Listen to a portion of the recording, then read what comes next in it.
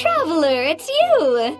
Ready to join the Cheval Moran Film Fantasyland crew?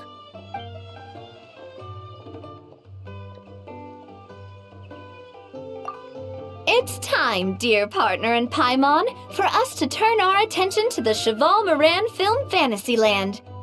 As I mentioned, the park was started up by enthusiasts who brought in the Spina di Rosula to handle the planning, construction, and operations. Of course, enthusiasts aren't typically all-around experts.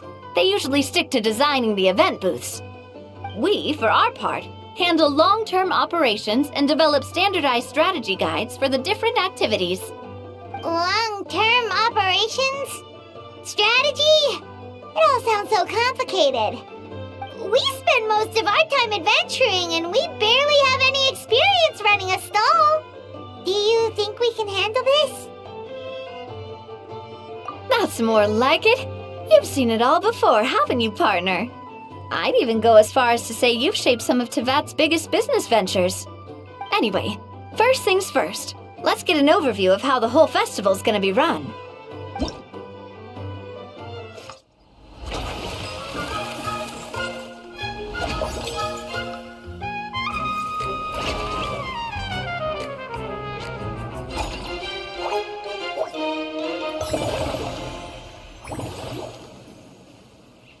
As you can see, our Fantasyland's a bit like a sugar-free macaron right now. Several areas are still under construction. The Spina's only been able to hire a limited number of craftsmen. Besides, we don't have enough experience to handle multiple projects simultaneously. That's why I chose to adopt a time slot-based planning method, so we can focus on specific tasks during each designated period. Upgrading facilities, expanding the venue, hiring staff. All of this requires funds and time slots to accomplish. So, it's our job to allocate precious time slots in each business cycle to the most worthwhile tasks. As we attract more guests and earn money to add to our funds, we'll also be able to work more efficiently, which will allow us to divide each cycle into finer time slots, which will let us get more done. So we'll be limited in the decisions we can make and tasks we can focus on within each time period. Which means we have to use our limited actions and Mora to earn even more Mora. Kinda like playing chess or cards then. Cooking up a strategy in advance is gonna be key. Paimon thinks she just about gets it. How do you feel about it, Traveler? Yep, come on, we can do this. You mentioned standardized strategy guides just now. Does that mean there are non-standard ways to take part too? Of course. Film and entertainment mean different things to different people. And there's gonna be a wide range of exciting activities for people to try out. If we're not careful, some visitors might wander off and end up getting in trouble. And others might pick up dangerous props by mistake. To avoid confusion, we need to create a standardized strategy guide for each activity. Just think of it like a walkthrough. Wow, if we're the first ones to test out the activities, who knows what surprises there could be waiting for us. But if we hit a tough spot, we'll just have to rely on our skills to carry us through. Hopefully it goes without saying that I'd never put you in danger, partner. I carefully checked all the existing activities before you arrived, and I can assure you that they're all perfectly safe. I also wanted you to experience the activities before anyone else gets to. It'll be fun. Plus, we'd like to hear your thoughts and suggestions. Oh, those are two things Navia is best at. Making people feel safe and having fun. Great! Well, I can't wait to hear what you think. Your input is super important to us. All right, then. Let's start with eclectic escapades and put our first guide together.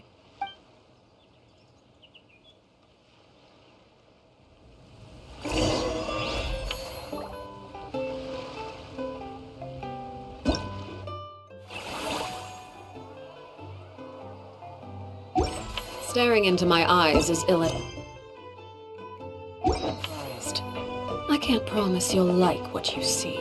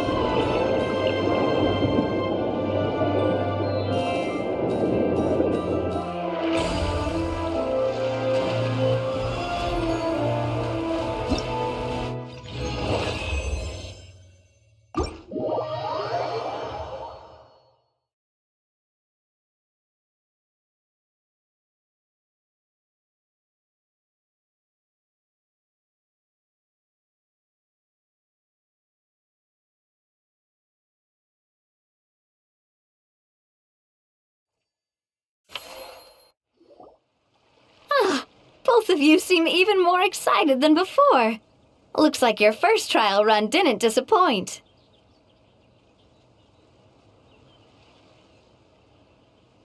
Paimon hasn't actually watched that many films, but after trying it out, she might just be hooked! We should check out the film that it's based on! Great job, Paimon. That's exactly what our enthusiast friends were hoping you'd say. They'd be beyond delighted to hear that visitors are curious about the films that inspired these attractions. Some have even been willing to contribute extra funds out of their own pockets. Where budgets have allowed, of course. Out of their own pockets? That's right. While the Spina di Rosula covers the cost of basic booth materials and rental fees, many fans have personally funded promotional materials and related merchandise. The cost of the booth itself isn't their main expense. Some of them have already started designing spin-off products inspired by film characters. Take our official mascot, Surintendant Chevalmoran, for instance. She won second place in the last most popular character poll for the comic film category, and was even dubbed the pinnacle of round, bouncy cuteness. Many people have expressed interest in designing cushions based on her image, using the highest quality fabrics and hiring the most skilled artisans to mass-produce them. These cushions will officially go on sale at the next convention alongside lots of similar products. Sounds irresistible, right? Plus, as Surintendant Chevalmoran's guardian and official image rights agent, Farina will receive 60% of the sales revenue. After all, the fans are doing this voluntarily, not for profit, but to promote Surintendant Chevalmoran's adorable image. The more Mora ends up in Farina's purse, the better Surintendant Chevalmoran's meals will be. And who wouldn't be happy to hear that? Oh, Paimon likes the sound of that! Everyone working hard for something they all love without worrying about profit! Still, we can't just ignore Mora completely. Whether it's fan creations or official commercial projects, some level of financial balance is still necessary. The same logic applies to the Chevalmoran Film Fantasyland taken as a whole. Once we finish the standardized strategy guides, our attractions can officially be open to the public. There's plenty of work to do at the various booths, and the park itself is a work in progress. There's a recruitment section on the park's bulletin board. We've received many applications, and each candidate has their strengths. Our job is to match the best candidates to each attraction based on their overall performance. Once assigned, the staff will keep the attractions running, ensuring a continuous revenue stream. Wait, so we've suddenly gone from being playtesters to heads of human resources? That's definitely a first for us. Just don't hold everyone up to your own standards, okay? You can't expect everyone else to be as capable as you. Alright, time to review some resumes. Fingers crossed we'll get some exceptional candidates.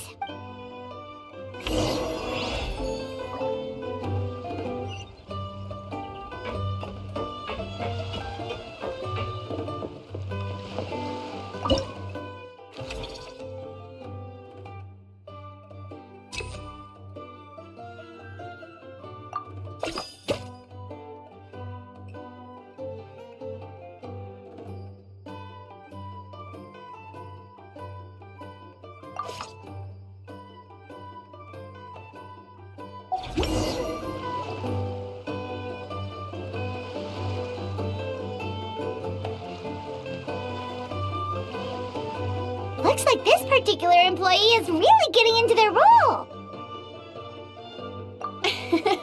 You're both doing great. You sound more like bosses than I do.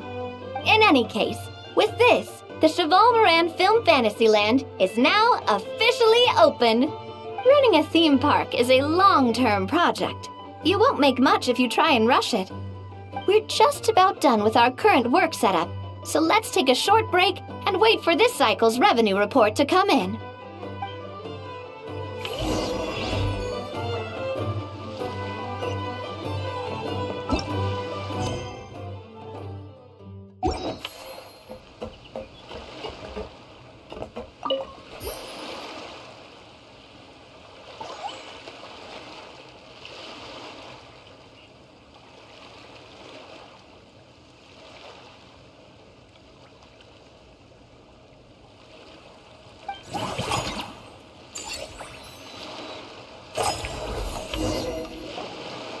Well, the numbers might not look that impressive, but given that we're just getting the ball rolling, I'd say that wasn't a bad start. Building on this momentum, we must consider rolling out more unique business strategies during the next cycle. To draw in the crowds, I've invited one of Fontaine's very own celebrity chefs, my good friend Escoffier. She'll be performing right here in the amusement park's restaurant. On that note, let's go catch up with her. So, is the restaurant part of our business strategy too? There are so many layers to this operation.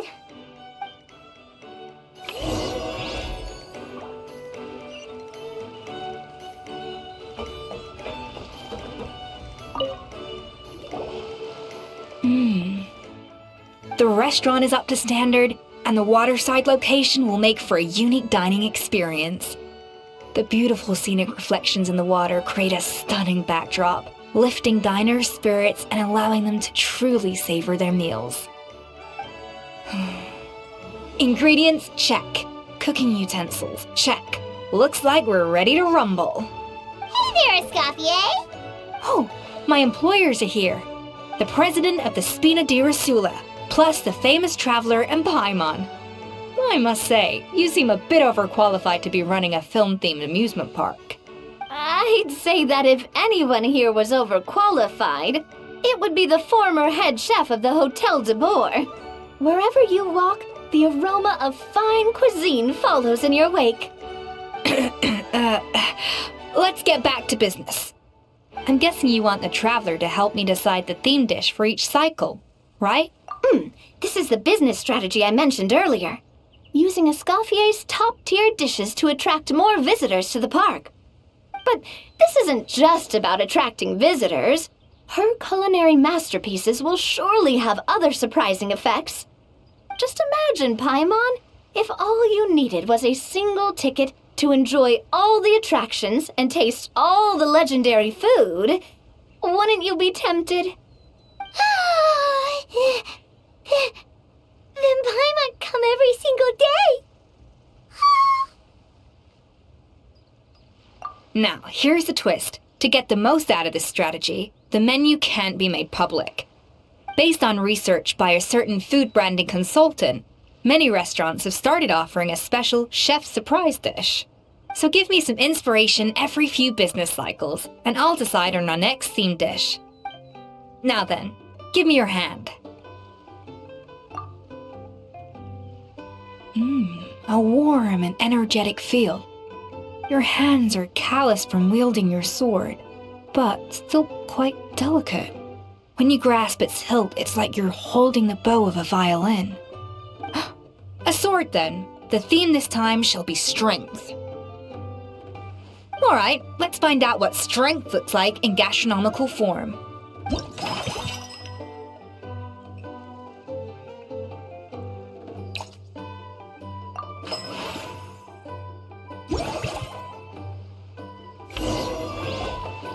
I've refined the sauce for these barbecue ribs. It's a richer flavor than the classic version, but not at all greasy. The mint extract in the seasoning leaves a refreshing aftertaste, perfect for indulging yourself after a fun-filled day. But if you ask me, I'd say the artisans need these more than the guests. The artisans?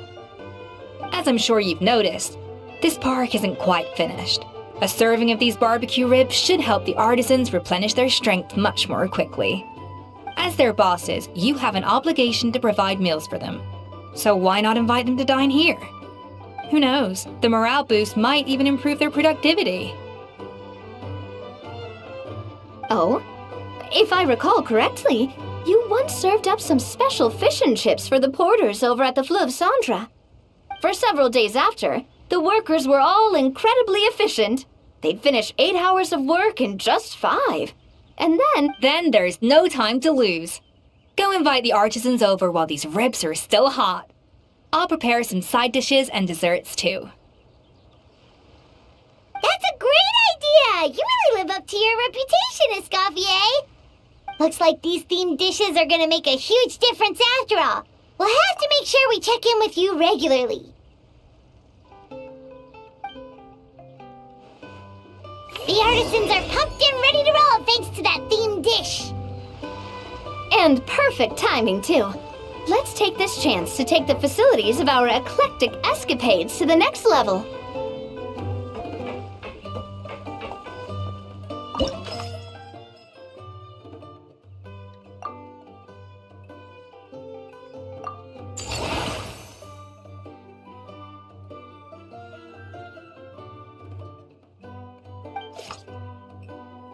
We should be able to attract more customers by upgrading the stall, don't you think? That's right. Based on my business experience with the Spina di Rosula, I've quantified the service value to help you intuitively understand how satisfied customers are with each stall. An attraction will reach its ideal revenue only when its service value meets customer expectations. As we improve and expand our facilities, expectations will also increase accordingly. When that happens, we can deploy more capable employees or invest funds in training to enhance our employees' skills.